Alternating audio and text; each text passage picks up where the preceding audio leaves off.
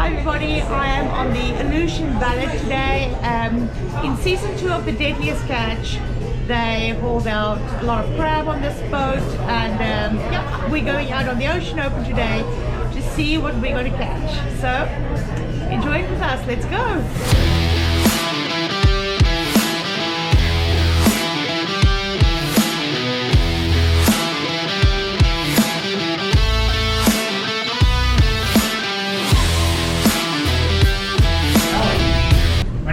Ballad, I'll be your captain today.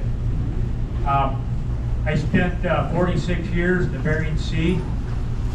I just retired 2 years ago. This is my retirement job. Yeah. A lot of people, come up and ask me if I miss it out there. I don't miss the weather. I miss the camaraderie, I have with the other fishermen, because it's a pretty small, tight-knit community out there. And I miss the competition out there. You need to take a makeup call, by all means. We just ask that you remove yourself from the crowd. You need to have conversation, lean into each other, use your library points. Also, restrooms up forward here. There are no restrooms up above. You do have to come down here, go through that restroom door. There's one on the right, there's two on the left. You folks up there, in order to get into the galley, you do have to come down here.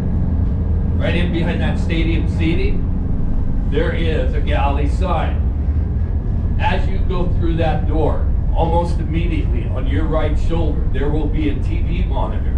And on that TV monitor is the very video of this boat being hit in season 2 of Deadliest Catch. There's 4.5 minute DVD looping in there. So check that out. If you've seen it before, you're actually standing in the galley of that boat, so it's still cool. Also back there, we got some snacks. We've got some drinks for purchase back there.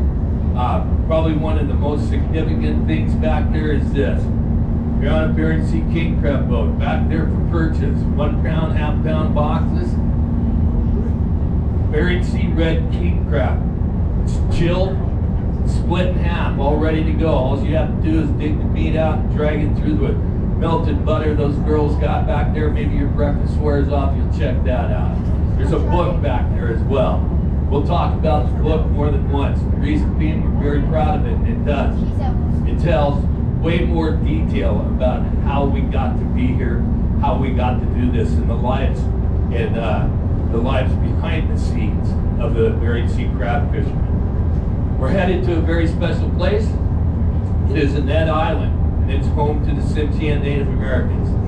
They took Annette Island in the late 1800s as their own. When they did the Lands Claim Act, they actually asked for and received sovereign water around that island, half-mile, to sustain themselves. We get to be over there in that water to share with you what we're going to share with you. We can't do that in just open state waters. Talk again more about that when we get over there. Anytime these chains are up, we ask that you respect that. You're on that side of the fence for your safety. If they're down, we do encourage you to check this equipment out. The stuff, well, that was easier when I was 25. This stuff, way cooler than a flat screen TV. You put your fingers right in that thing, see what's going on. It's tapered. That's what's going to pull that line in. If it looks like you shouldn't put your fingers in there, don't. Okay? It's full of grease and stuff. Other than that, you're free to look at the boat, check things out. You've been very patient in those seats. There are 3 things that are off limits. One of them is the aquarium. We will get to that stuff, I promise. The engine room and the wheelhouse when we're underway, Coast Guard doesn't want any distractions. So pay attention to the signs and placards. I got a treat. Who's never seen Deadliest Catch? No, I'm not calling you out. Here's the thing. What's your name, hon? Kelly? Here's the thing, Kelly. I watched one episode and realized I wasn't on it, so I quit watching. But this is the throwing hook, Kelly. You guys are going to get up here. You're going to get your hip against the rail. Get the block in the background. Give it your best Deadliest Catch pose. Don't throw it, Kelly. Just a photo op. Goes for all of you. Goes in the wheel, could be a bad deal. Big D's gonna be out here baiting up these hooks. Feel free to ask questions and stuff. I'm gonna go up, drive for Captain Ron. He'll come down and he will in fact tell you some of the coolest history of this boat that you've ever heard. Unbelievable. Now, you guys have been very patient sitting in those seats. I'm hoping I didn't forget anything. If I did, I'll be sure and say it later. Kids, welcome aboard. I do have a couple rules. We don't have the big crew that the other boat has. And it is a working king crab boat. Do keep your feet on the deck at all times and be within an arm's reach of your parents. Other than that, this boat is your guys'. Thank you, and thank you for being here.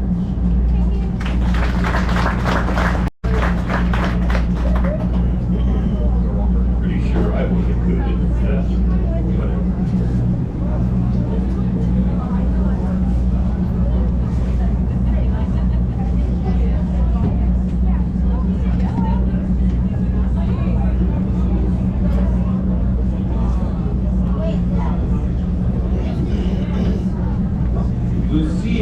I want to get that picture. Lucia is a sailing boat, you guys. That net on the back deck, 250 fathoms, 6 feet to a fathom, 250 fathoms, a cork line, lead line. It's a big current. A little boat, he's going to hold one end of that. That guy's going to drive away, that net pays out right off the stern of that boat.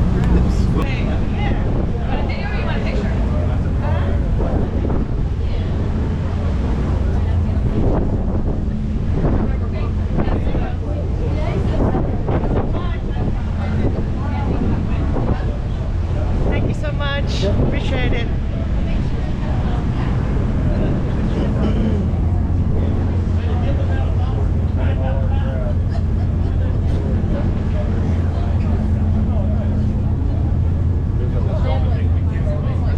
That's the only time we can get king crab. Oh, really? Yeah, and that's in March. These things are big.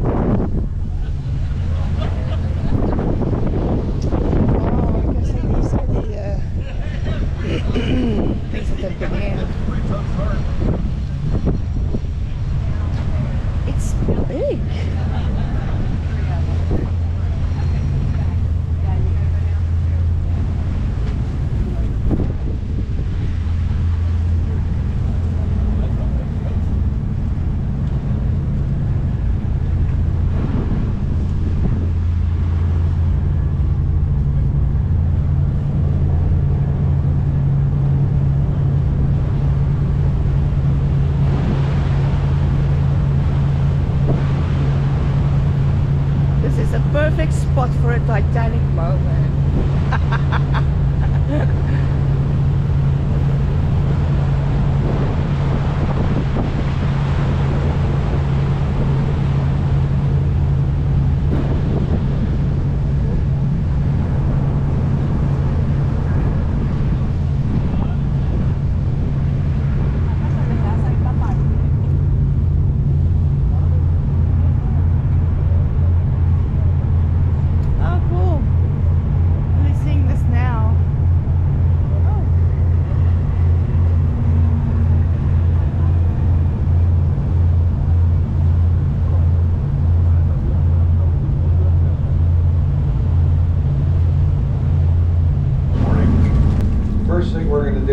try to catch some fish.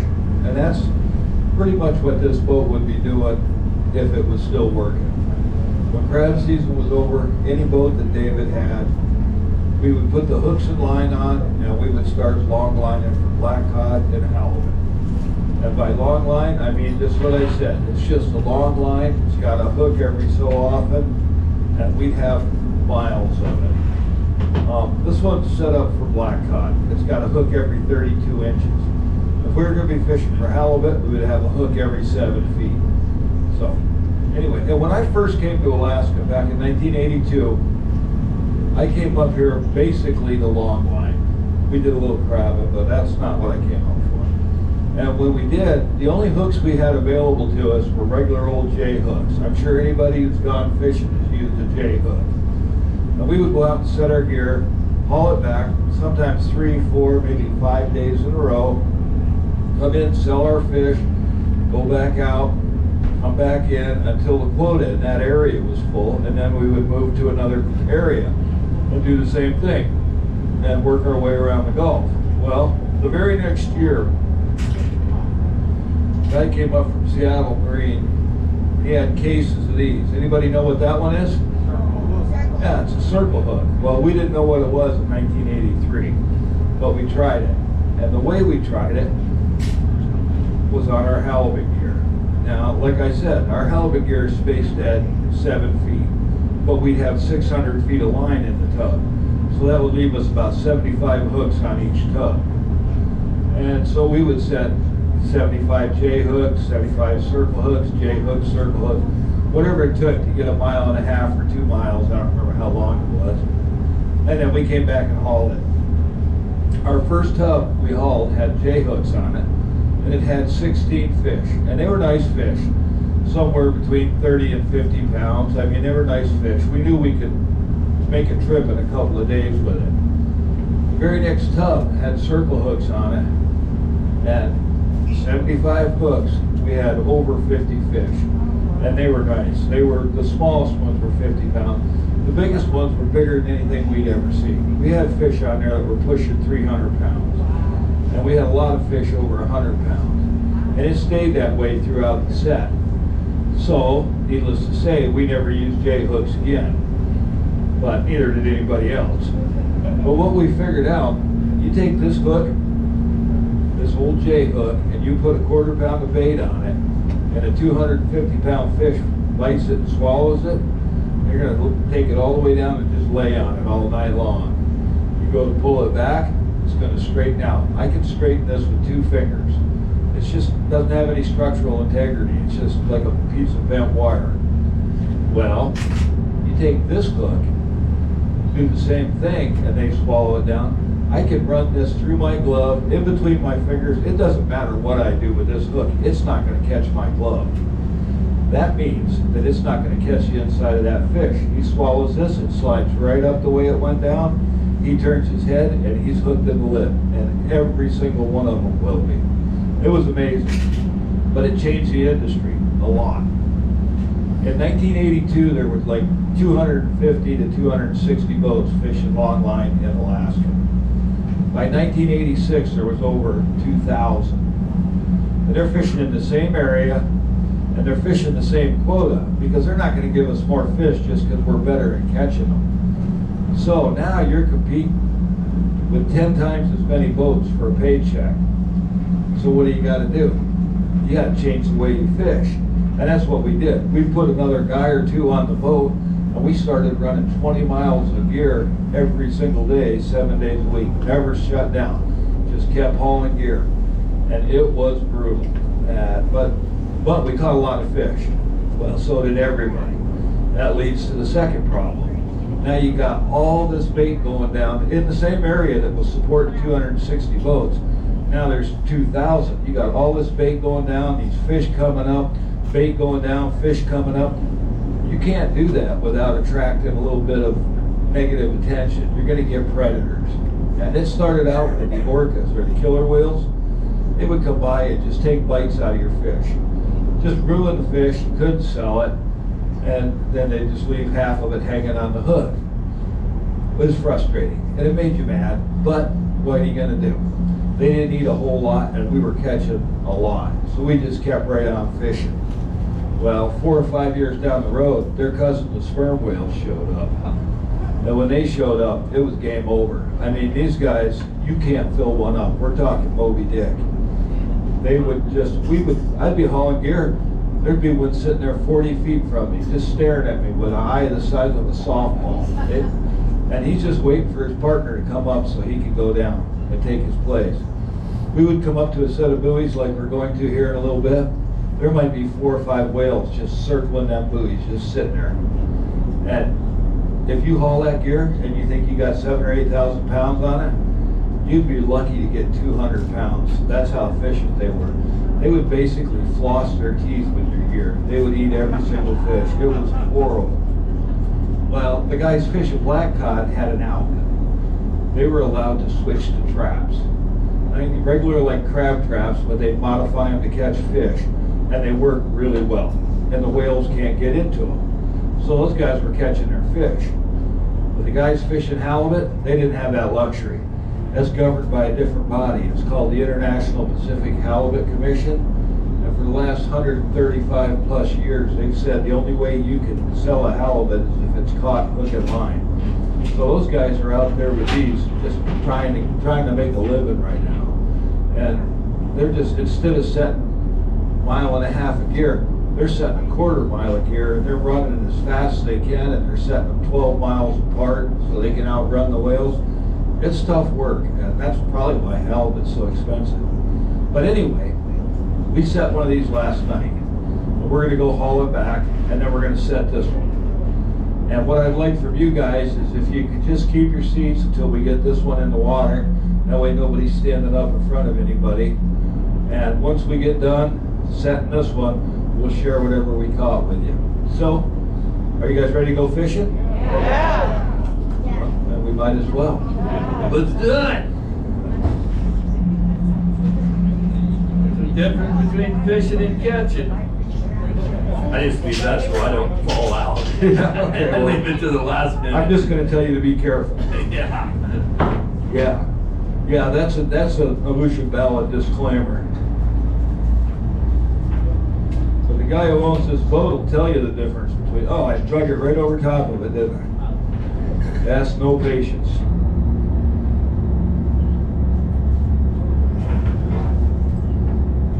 There is an awful lot of current today. There is. Folks, we actually use 2 different hooks on these boats. You'll have one that you can throw in moderate weather like this. And this rod on the one he's throwing is hollow. And then you have one you got to throw in 45-mile-an-hour winds. And it's a 1-inch stock, round stock. It's heavy. Very heavy. Okay, first thing we're going to do, we're going to get these buoys on the boat and figure out which way this gear is going. And then he'll orient the boat to it. And it looks like you're right on it, Cap. Dead solid, perfect. Normally the guy standing here would be driving the boat. I can see the line, he can't. But with these headsets, it's pretty easy. I can just tell him where it's at.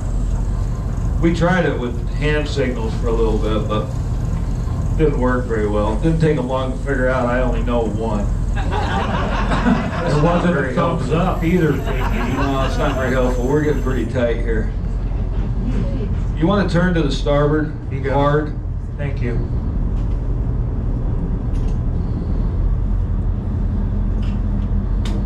Are we ahead of it or? No, it's straight out to the side now. It looked like it was coming up, but I think we just had a lot of slack because of that current. Roger, thank you. I'll let you know when to straighten her out. Watch yourself, Andy. Yeah, there's a lead right there. I'm not putting my hand in there. I think if you straighten it out now and go ahead a little bit, we should be golden. Something came. Or he made it just kind of came. I know, we just caught up with it a little bit. But we'll see. We definitely got a better angle to pull from here. Oh yeah, we're good. Yeah, this thing's got an anchor on it. The anchor's definitely tougher than the line, so we don't really care to break it off. That's perfect.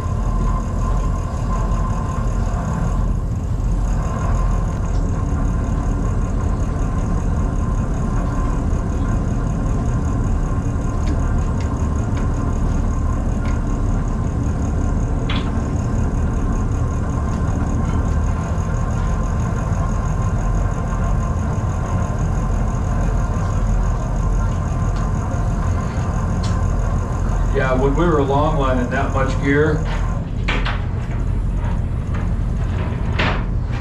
hauling the buoy line was a good job, because sometimes we'd have, you know, 500 fathoms, so I mean, have 2,000 feet of line out there, and you'd have to stand here, and everybody else would be making gear.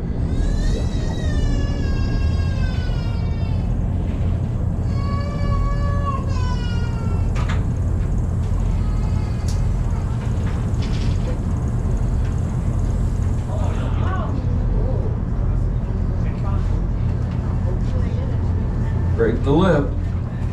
Sorry, Andy. I'm okay, yeah. I got total control, Andy. Don't be scared. You do.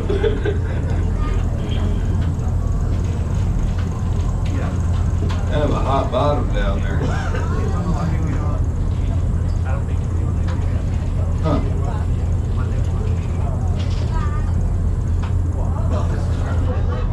Pull him off of there. Patrick. Didn't even get hooked. No.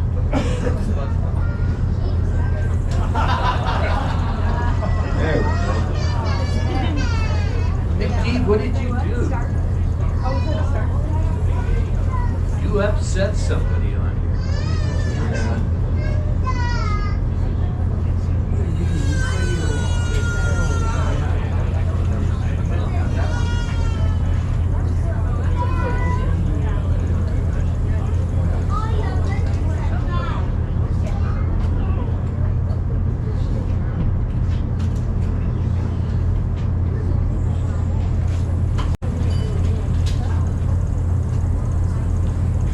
Oh, I got a big one, Andy. You did? Yeah, I need some help. Just all you gotta do is get his head up a little bit. Ready? Go!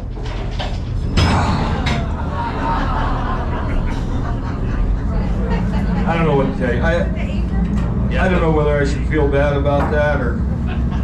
Don't get mad at me. He makes me do that. Yeah, it is. It's all on me. It's a steelhead. All right, but now we are going to set this out, and that is by far the most dangerous part of this fishery. Yeah. What I need to do is establish the bottom of the tub and the top of the tub. I'm going to hook the top of the tub onto this line, and then I'm going to, or onto the anchor, and then I'm going to hook the bottom of the tub on this buoy line. Now, when Camp Ron figures out where he wants to set this, he's going to say the word, and he's going to throw that anchor over, and I'm just going to spin this tub and let the hooks go out as we're driving away. And it should come out in a straight line. Now, if we were doing this commercially, aside from these being full, I'd have a table here. And there'd be 2 more tubs up on this table. And the bottom of this tub would be tied to the top of this tub, bottom of that tub to the top of that tub. And when I ran out of hooks, I just reached back and grabbed the next tub and just keep spinning it. Now, there's a guy behind me, and his job is to tie those tubs on and make sure they're pointed in the right direction, so when I grab them, they go out correctly. And it's in my best interest that he's good at his job, because things can go wrong if he's not. If he ties them upside down, these hooks go out first, and that never ends well. Usually a guy can see it, I mean like 99 out of 100 times you're going to see it just go like this and let the whole mess go. But that 1 in 100, they're going to start going out underneath your hands, and that can't end well. Could you just not lean over the rail there? As long as you're behind that pole, I don't care. Yeah. The hooks are going right through there, so trying to keep your person inside. Yeah. Be filming over here in case somebody gets hooked. Yeah. We'll need that for insurance. Yeah, you might want to purposes. set your wallet on the step there. All right, we're ready when you are, Cap. Okay, let her go. This is only going to take about 10 or 12 seconds.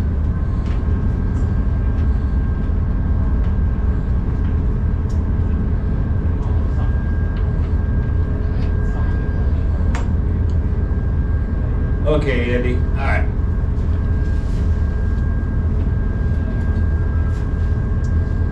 Perfect loop right That was over perfect. It'll itself, come. D. That was perfect. Right over itself. Yeah, but it'll come out. I was watching it. But it's the time when I say okay, he has to throw that line because you notice I have just a small weight on this end. She's cleared. If he doesn't start at the right time, everything backs up on itself. But that was perfect. All right, you want to talk about? I'll talk about these guys. I do what Big D says just because he's bigger than him. Well, I like to talk. All right, what I have here is a rockfish. It's called a quillback rockfish. And you can guess why. Look at the spines on this guy. There's probably 30 different kinds of rockfish down under us right now, but this is the most prevalent. I mean, this is the one that if you go and have rockfish tacos any place in the southeast, more than likely it's going to be this guy. And they are delicious. White flaky meat. I personally like it better than halibut. But he gets its name from those spines. And they are needle sharp, they're long, and they do have a toxin in them. And it's not going to kill you, but it's definitely going to enhance your fishing afternoon. It's quite painful, and you can feel it travel up your arm if you get stuck in a hand. It's not very good. This is actually one of the bigger ones you're going to see. They'll get a little bigger, but this is perfect size. Thing about this fish, we try to throw everything back that we catch here in the sovereign waters. These guys, if you look at his eyes, you can tell he doesn't look like he wants to go back. He's got an air bladder in there. Once they break the surface, they can't go back. He just lay there and flounder on the top. So we're going to keep him, and we're going to use him for bait. It's not the most pleasant thing, but we need bait to catch crab, and these work well.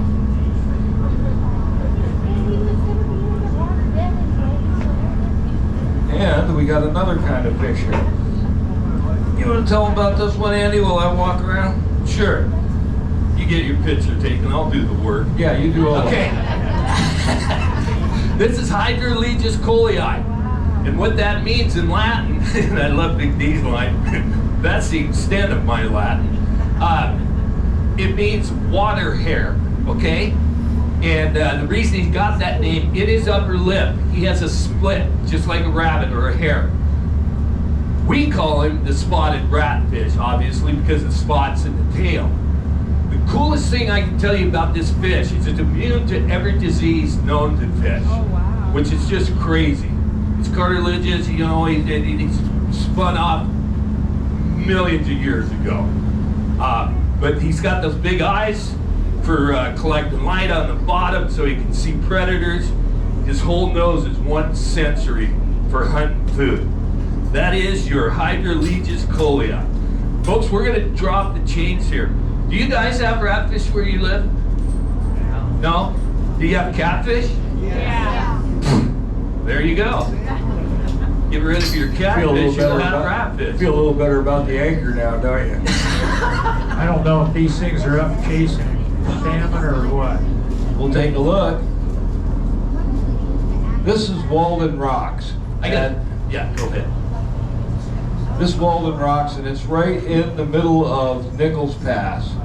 Nichols Passage is where the ocean meets the inside passage, and it's a highway.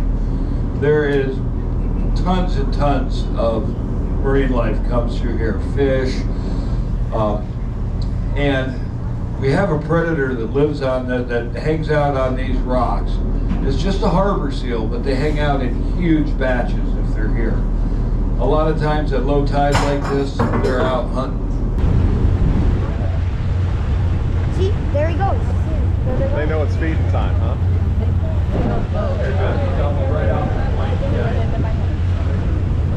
Yeah. They're here. Great. Because Harry here, I'm trying to get up here to get out of this current.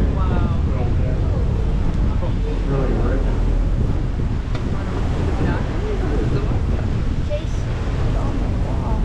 Oh my god, oh my god, oh my god.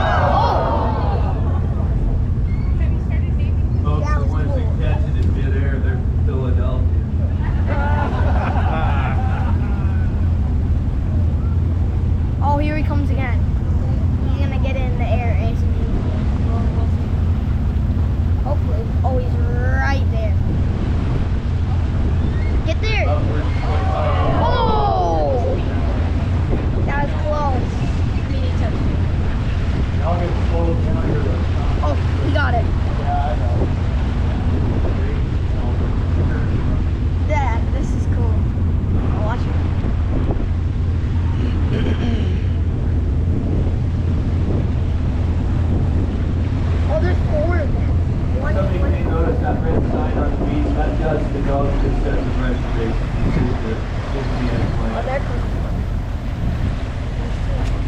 Can't wander over here. Now there's 4.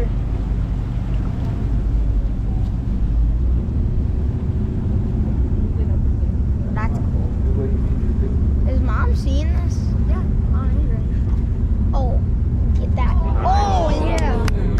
That'd get cooler than that, doesn't it? That'll be pretty cool. Nobody sees that one. Folks, when they Oh. fly right straight over your head. Oh, you he missed it. Yeah. Oh, there he goes. Yeah. From Denver. You got that one. That's so cool. I know. They still got more.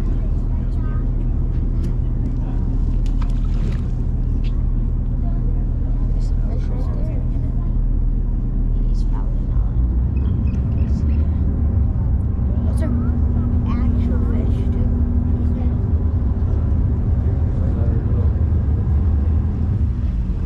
Oh, come along the boat. Yeah, here we go.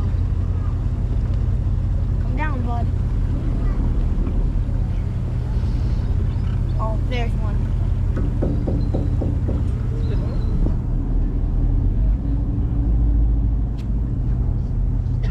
Oh, there he goes. You missed it. That's clean miss.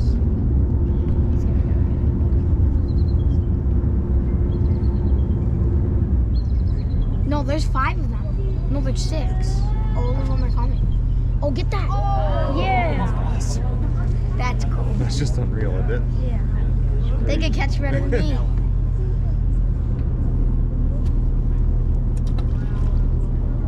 They can't see better than me. I see that. Yeah, it takes this. And folks, to my knowledge, we are the only ones who are allowed to do this. You got it.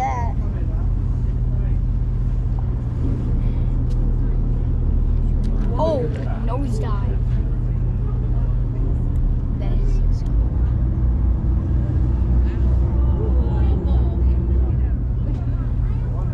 Give him that. He's coming along. There he goes. He's going for damage. There's just tons of them just floating. Look at that. Yeah, they're ready. That one's ready. Oh, that was tricky. Did he get it? Yeah, he caught it. He's just staying still.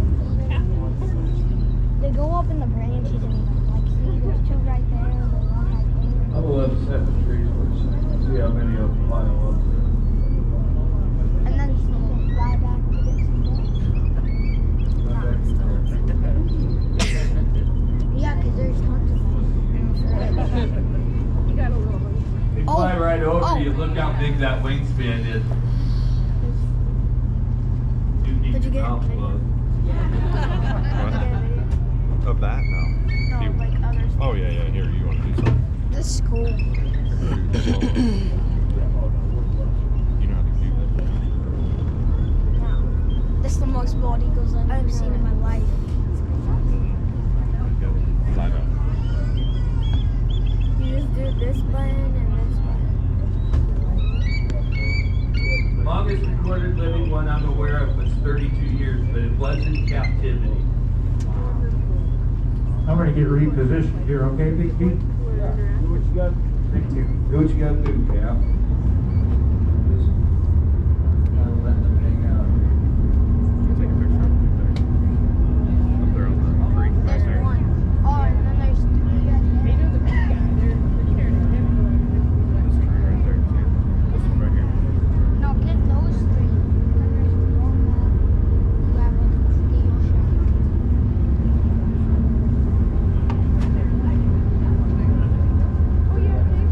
That's cool.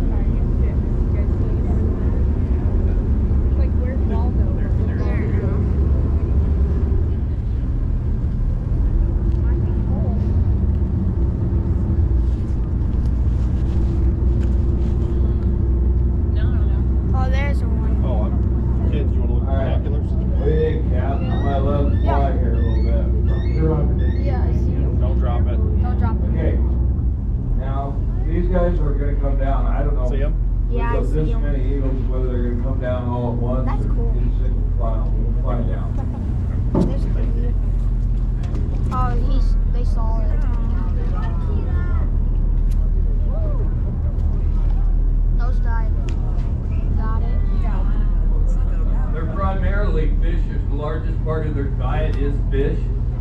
He's gonna catch They will that. scavenge the beaches for anything they can find, maybe a dead seal.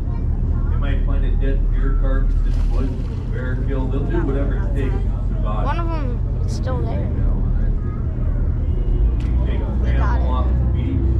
Oh, he's gonna catch that. Catch it, catch it, catch it. They were never in trouble up here. And I just learned 4 or 5 years ago some important information. Can anybody tell me what year they were taken off the endangered species list? 07. Oh, 07, I heard it. Oh, you did? Yeah, see? I didn't know that forever. But they were never in trouble up here. It was down in the lower 48, early 70s. We had some poor farming practices. Ranchers weren't thrilled with them. But we cleaned up our act and they rebounded.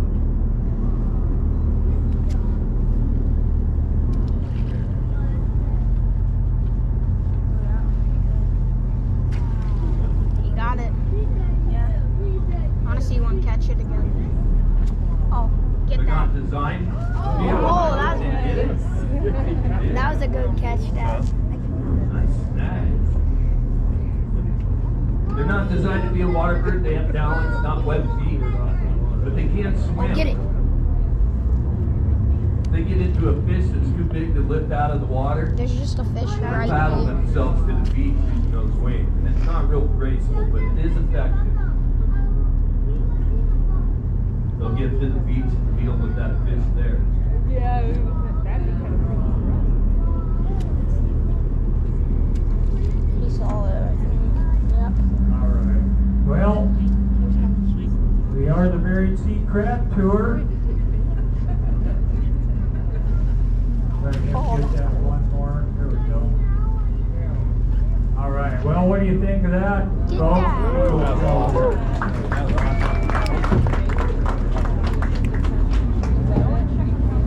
Again, you'll be tempted to thank us, but that is because of the safety. The boat actually has a permit. We met with them at the Longhouse Tribal County. Agreed to let us do this, so pretty special. We're going to go up the head of the day, guys. Okay? We're gonna get you guys back to your seats. We actually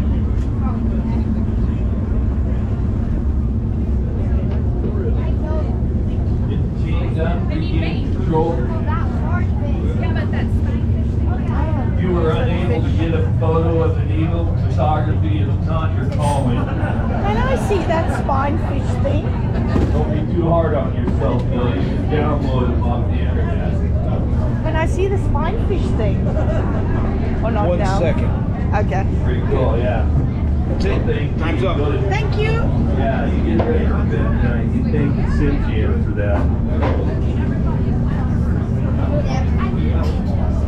I know. That was great, right? You like them more than All right. Well, like Captain said, we're gonna head up in the bay a little bit, look for some more gear. But we got a couple of minutes, so I'm gonna take some of that time and tell you how I ended up on this boat. It was never on my bucket list. I'm a flatlander from Pennsylvania. I didn't even know where seafood came from. But after I graduated high school, I traveled for a few years, and I ended up on the Oregon coast. And I needed work, and I found it on a crab boat. It wasn't a great one, it wasn't a bad one, it was just a job. But I learned 2 things about myself. I learned that I like being out in the ocean, and I learned that I like getting paid for what I caught. So I stuck with it, worked as hard as I could, went to a number of boats, and I ended up on the best boat in our area. All right. I gotta be out here. We're gonna have some enthusiasm. Okay. Folks, we're pulling up on a buoy setup. I'm gonna hand coil this. I'm pointing that out because the fishing industry has evolved forever. Somebody always trying to figure out a better mousetrap. But when I got started, 1977, I got the Kodiak. I got on a boat called the Eagle. And on that boat, we had to hand coil. You might be 22 years old. And Actually, I was 17 when I got there, but you're gonna stand at this rail. You have to hand coil this 26, 30 hours. You can't quit doing your job, otherwise the whole operation shuts down.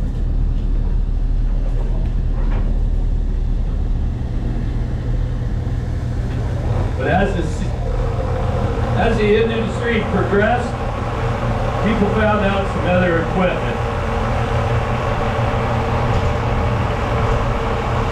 Below 45 miles an hour. There's jellyfish stingers all over this line, okay? The wind's blowing it on your face, on your lips.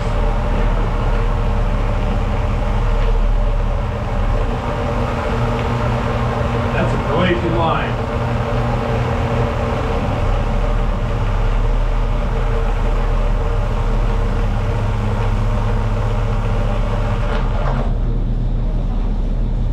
Get your fill of jellyfish, no sleep, you're living on coffee, cigarettes, Copenhagen. There isn't one trip halfway through I didn't think to myself, if I could see land, I'm getting that survival suit. I'm out of here. This is stupid. Why am I still here? Guys, you get into town, you deliver, you might lean up against something for 30 minutes and get a cat nap. Guys will pool their money, somebody will go get pizzas, start to feel human again. Captain, he comes down from the canner, he's got a fistful of checks from the trip before. He starts handing 20-year-old kids $9,000 checks for 5 days' work. Yeah, you look at that check and you look at the book, you're like, it wasn't that bad. You're right back out there.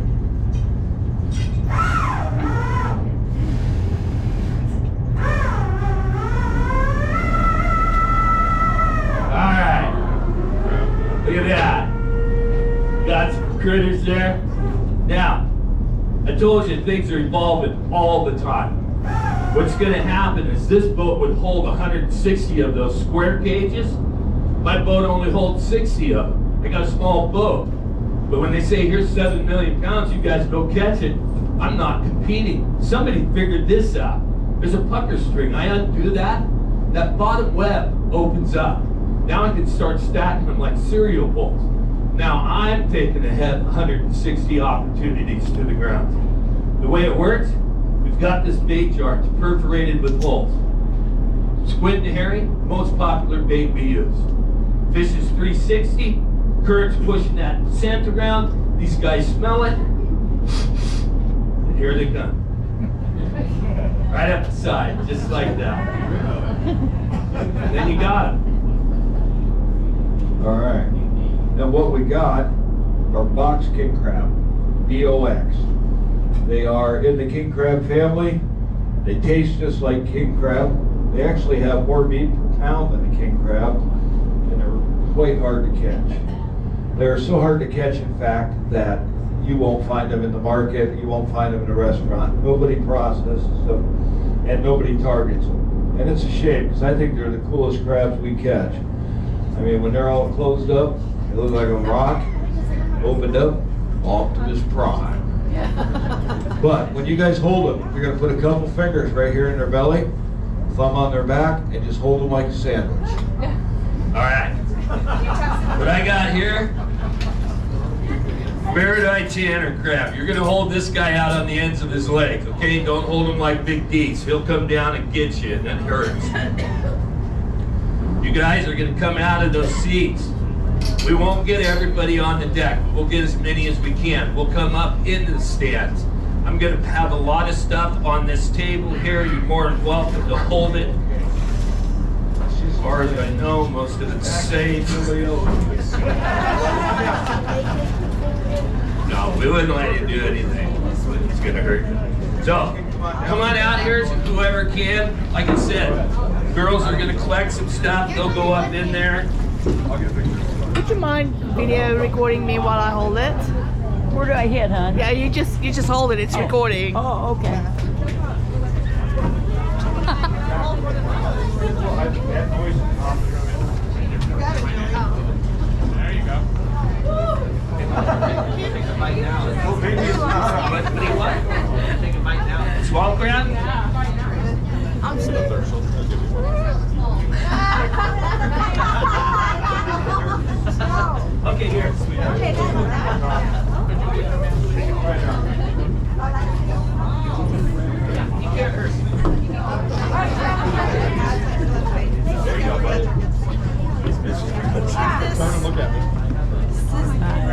Starfish.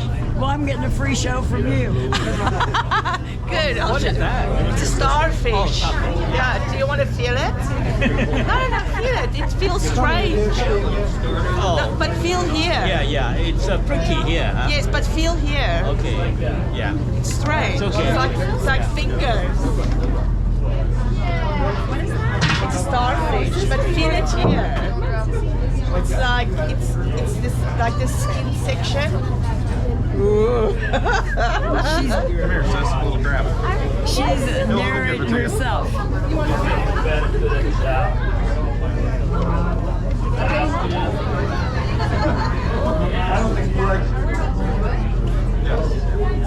Yeah, feel free to pass it around.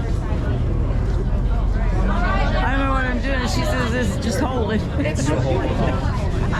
Are you gonna hold one? No, I'm right here right now. I'm working. You're working. Feel free to hold any of this stuff, guys. Just grab one. So I'm saying eventually you get used to slamming your finger with it. Oh, wow. Here's another one. Look at that. This is all. Do you want to touch it? What is it? What is it? It's all prickly. Is it a starfish? Yes. Is that what it is? Yeah. I'll get you one, but I'm getting Oh, you're so gentle.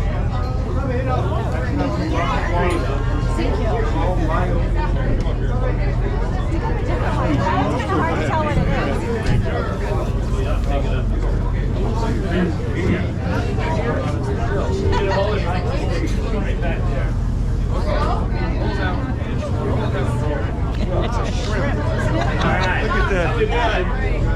They were ugly. They taste better than they look. I see. That's cool.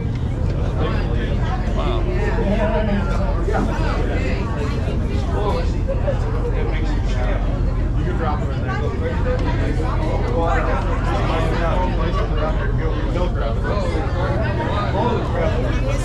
There's a crab in here. I think it's a hermit crab, but it's hiding.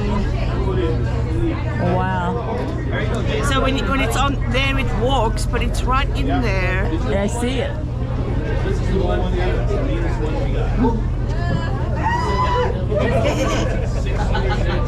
Oh yeah, I see.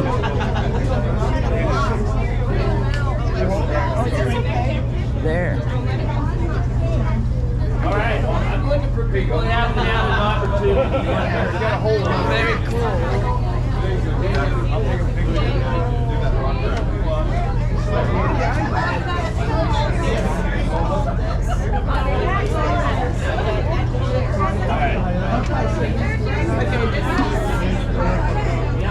Another one? Sure.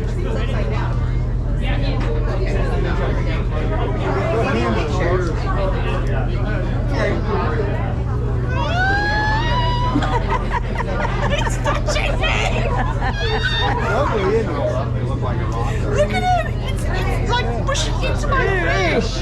Hey! That's what she wanted. Yeah. Wow. Wow. Would you like to hold it, sir? Okay. Here, right? Yeah, like a sandwich. Like a sandwich. That's what he said. I love it. Just don't bite in there.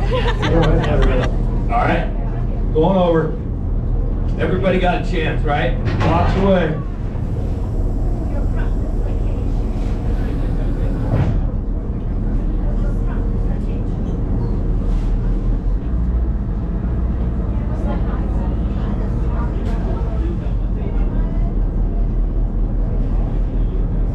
Still got it, D. Oh man, that was magic. That was magic. All right. Look, we're gonna get some of these guys out here for you. Yeah.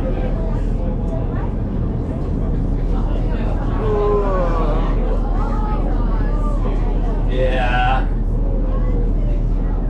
Okay. These are golden Alaska king crab. All right? There's 3 different species of king crab that we target up here in Alaska. There's a red king crab, blue king crab, golden Alaska king crab. Now, only 2 things differ when we target these animals. One of them is the depth of water. The other's the type of bottom. They're very habitat specific. You go looking for red king crab, you'll start out in about 250 feet of water. Muddy, tappy bottom that you're looking for, sandy. Blue king crab, a little less salinity. They'll actually be maybe near some islands up in the Bering Sea. That's where you're going to find them. These guys we're holding will go upwards of 2,000 feet. Okay? They're down there very deep and they are slow fishing. You have to be patient to get these guys. Now, once we get them back to the boat, they do have to be a male for us to commercially retain them. I'm going to tell that by the abdominal flap. The fact that that comes to a point, that tells me that's a male. Female, very distinct. Looks like a fan. The reason she has that, she has a clutch of eggs underneath there. She'll have over 250,000 eggs. 250,000 eggs, one female. With all the females out there, why isn't the ocean just sick with these things? Because less than 1/10 of 1% survive. When they hatch out, they're microscopic. They don't even resemble a crab. They do a whole bunch of morphing before that happens. So everything down there is eating them. They take the biomass of the female very serious. Now, you get him back to the boat, he is a male. He does have to be a specific size. You see him dump that pot on the table. The men go running over there. They're throwing crab down in the tank. They're throwing them overboard. All right? Years of experience. Have an eye for the obvious. You always have a handful you're not sure of. And that's when you get that stick. Because you better take the time. Anywhere it can fit straight across, it makes him legal. When he fits in here, he's worth over $100. Okay? You don't want to be throwing $100 bills overboard. You don't want to get so cocky you think you know what a legal one looks like and throw a short in the tank. Because it's Fish and Game, National Marine Fisheries, they come check your load and they find a short in there, they will in fact fine you for that thing. Now, we cannot age this animal. And here's why. There's no growth rings or anything like a tree. They will come together once a year in an adult state and they will molt. They will get out of that shell. They become very vulnerable at that point. Anything can eat them. It takes 6 to 8 weeks to calcify. The only thing he takes with him is his eyes. But from the research that they do, they will tell us the golden Alaska king crab, by the time he's legal to harvest, he may be between 6 and 9 years old.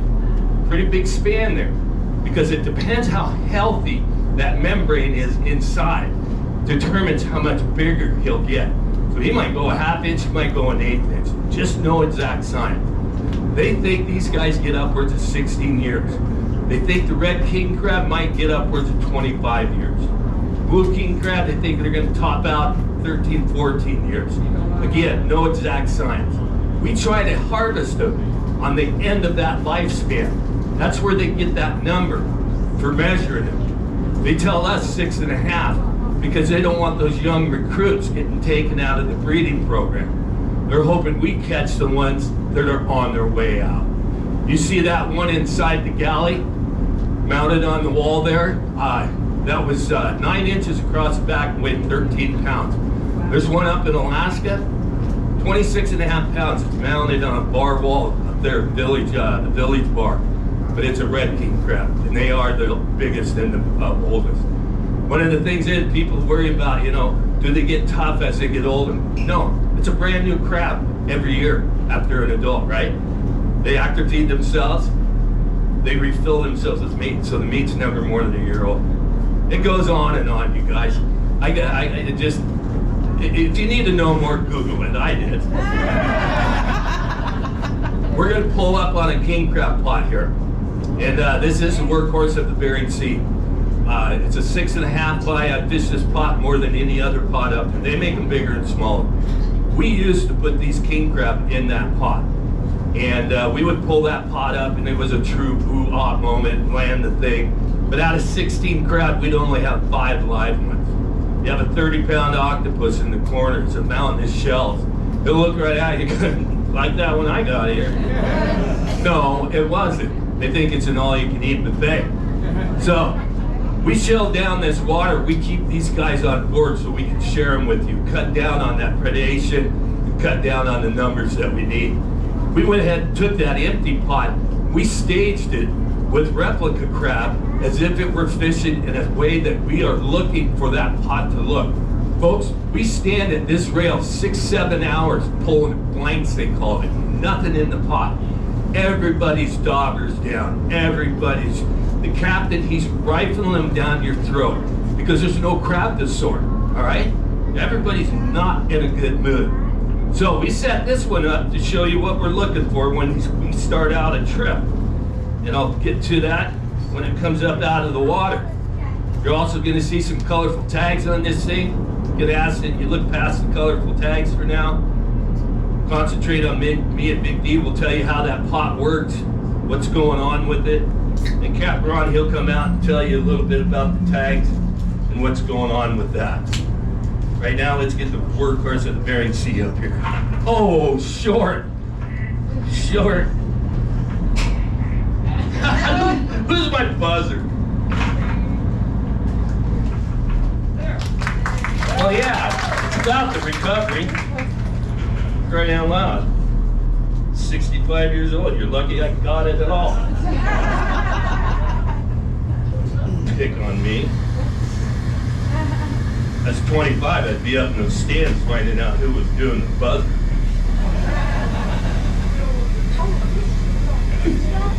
All right. That was my wife, he said. All right, buddy. Throw her right under the bus. Right under the bus. Okay, check this out. Look at me. I'm not standing at the rail. Who invented that? I assure you it wasn't me or I wouldn't be standing here. Here's what's going on. Me and Big D, 2 other guys, we're a 4-man deck. Captain Ron's running the boat. Temporarily, we're a 5-man deck. I can be over here filling bait jars, measuring crab, doing whatever it takes to get ahead of those other 7-8 boats on the horizon. Because there's 7 million pounds in 172 boats. Once it's caught, it's over. This thing gave you an advantage. Very cool. Today, it's rationalized. They have individual fish quotas. I can't catch yours and you can't catch mine. You'll still see this thing out there simply because it's a time saver. The idea was, I'm over there doing whatever I can. I could be getting boxes of bait out of the bait freezer, covering everybody. Actually, one of the coolest things this guy will do is he will run in and get everybody coffee because he's the only one that's got a break that can take off. You grab a bunch of coffee, you come running out, you got 5 cigarettes in your mouth, they're all lit. Yeah, that's the real benefit.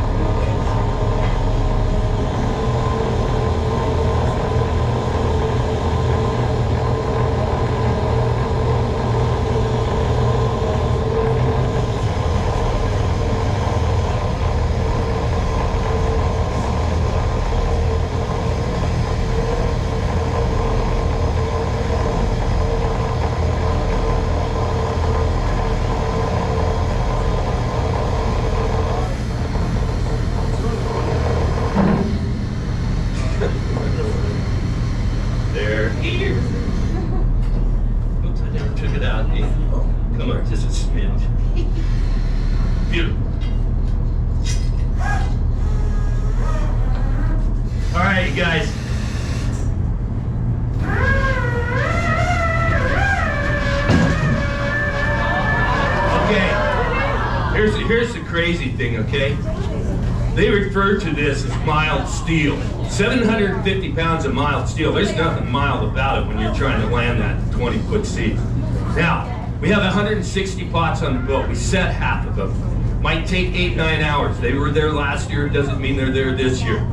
We go pick up one we set in the very beginning. We call it spot checking. We've been pulling all those blanks. This thing comes up, check it out. There's a half dozen crab inside there. I got 3 riders in my tunnel. Big D's got 2 riders. They're referred to as riders because they're not even inside yet. They held on that whole 250 feet. They are on the bite. We're gonna pick up a couple more. We think the best side's to the west. We'll take the rest of our gear and set it to the west, anticipating they're gonna come through there. You come back in 20, 30 hours, you got 160 pots on this. They have a 40-50 average in them, averaging 7.7 pounds a piece.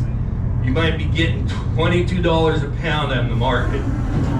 That is a bunch of money. Now, does that happen all the time? No.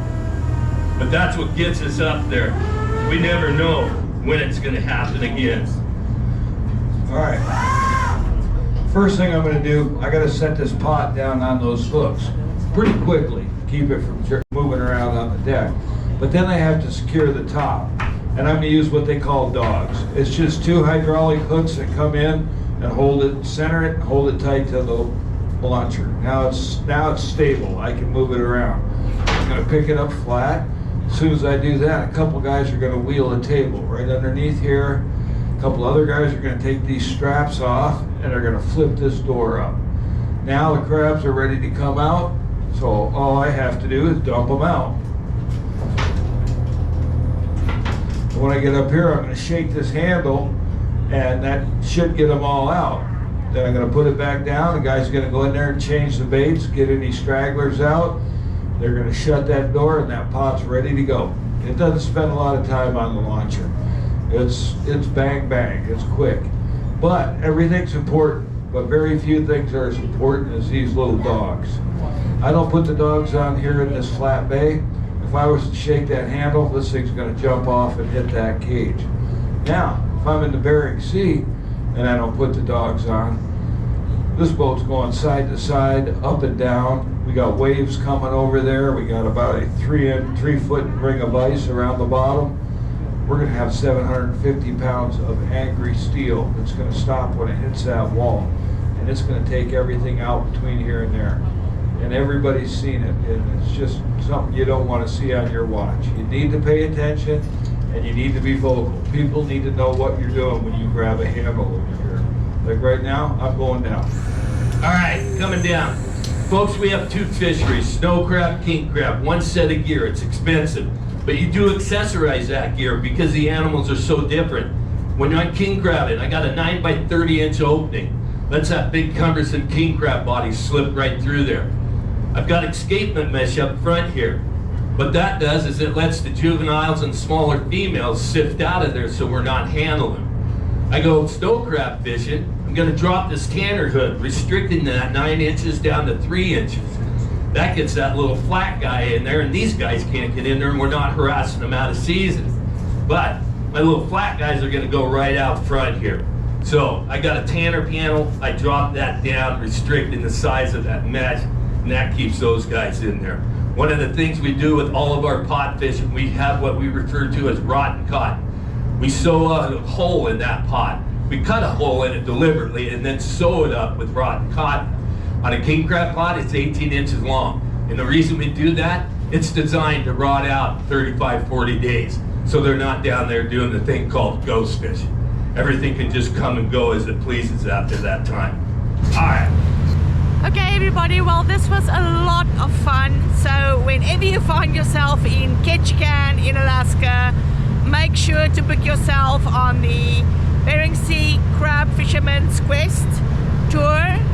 All the cruise ships do it, but you can also, if you are just, you know, on a different type of holiday, it is a 3-hour, well worth your time tour, and you learn a lot, you experience a lot. And yeah, like I said, this boat was on the Deadliest Catch season 2, so it was quite the experience. Okay, well, until next time everybody, thank you for subscribing, thank you for all your comments, bye.